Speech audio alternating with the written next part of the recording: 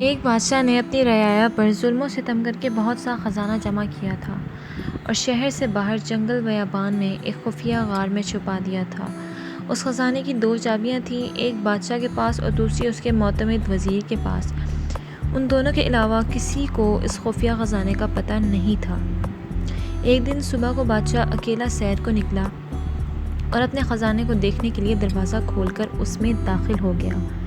خزانے کے کمروں میں سونے چاندی کے ڈھیر لگے ہوئے تھے، ہیرے جواہرات الماریوں میں سجے ہوئے تھے، دنیا کے نوادرات کونے کونے میں بکھرے ہوئے تھے۔ وہ ان کو دیکھ کر بہت خوش ہوا۔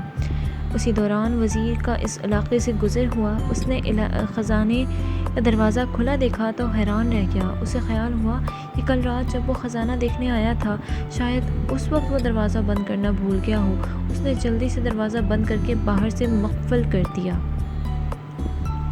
ادھر بادشاہ جب اپنے دل پسند خزانے کے معائنے سے فارغ ہوا تو واپس دروازے پر آیا، لیکن یہ کیا! دروازہ تو باہر سے مقفل تھا۔ اس نے زور زور سے دروازہ پیٹنا اور چیخنا شروع کر دیا، لیکن افسوس، اس کی آواز سننے والا وہاں کوئی نہ تھا۔ وہ لوٹ کر پھر اپنے خزانے کی طرف گیا، ان سے دل بہلانے کی کوشش کی، لیکن بھوک اور پیاس کی شدت نے اسے تڑپانا شروع کر دیا۔ وہ پھر بھاگ کر دروازے کی طرف آیا، لیکن وہ بدستور بند تھا۔ وہ زور سے چیخا چلایا، لیکن وہاں اس کی فریاد سننے والا کوئی نہ تھا۔ وہ نڈال ہو کر دروازے کے پاس گر گیا۔ جب بھوک پیاس سے وہ بری طرح تڑپنے لگا تو رینگتا ہوا ہیروں کی تجوری تک گیا۔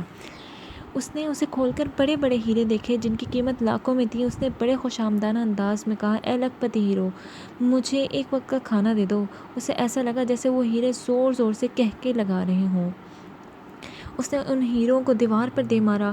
پھر وہ گھسیٹتا ہوا موتیوں کے پاس گیا اور ان سے بھیک مانگنے لگا، اے آبدار موتیوں، مجھے ایک گلاس پانی دے دو۔ لیکن موتیوں نے ایک بھرپور قہقہہ لگایا اور کہا، اے دولت کے پجاری، کاش تو نے دولت کی حقیقت سمجھ لی ہوتی۔ تیری ساری عمر کی کمائی ہوئی دولت تجھے ایک وقت کا کھانا اور پانی نہیں دے سکتی۔ بادشاہ چکرا کر گر گیا۔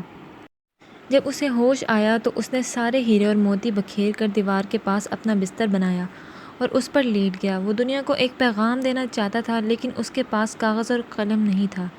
اس نے پتھر سے اپنی انگلی کچلی اور بہتے ہوئے خون سے دیوار پر کچھ لکھ دیا۔ حکومتی عہدیدار بادشاہ کو تلاش کرتے رہے، لیکن بادشاہ نہ ملا۔ جب کئی دن کی تلاش بے سود کے بعد وزیر خزانہ کا معائنہ کرنے آیا تو دیکھا بادشاہ ہیرے جواہرات کے بستر پر مرا پڑا ہے۔ ساری دولت ایک گلاس پانی کے برابر بھی نہیں ہے۔ کاش دنیا کے سب امیر زادوں اور حکمرانوں کو بھی یہ بات سمجھ آ جائے۔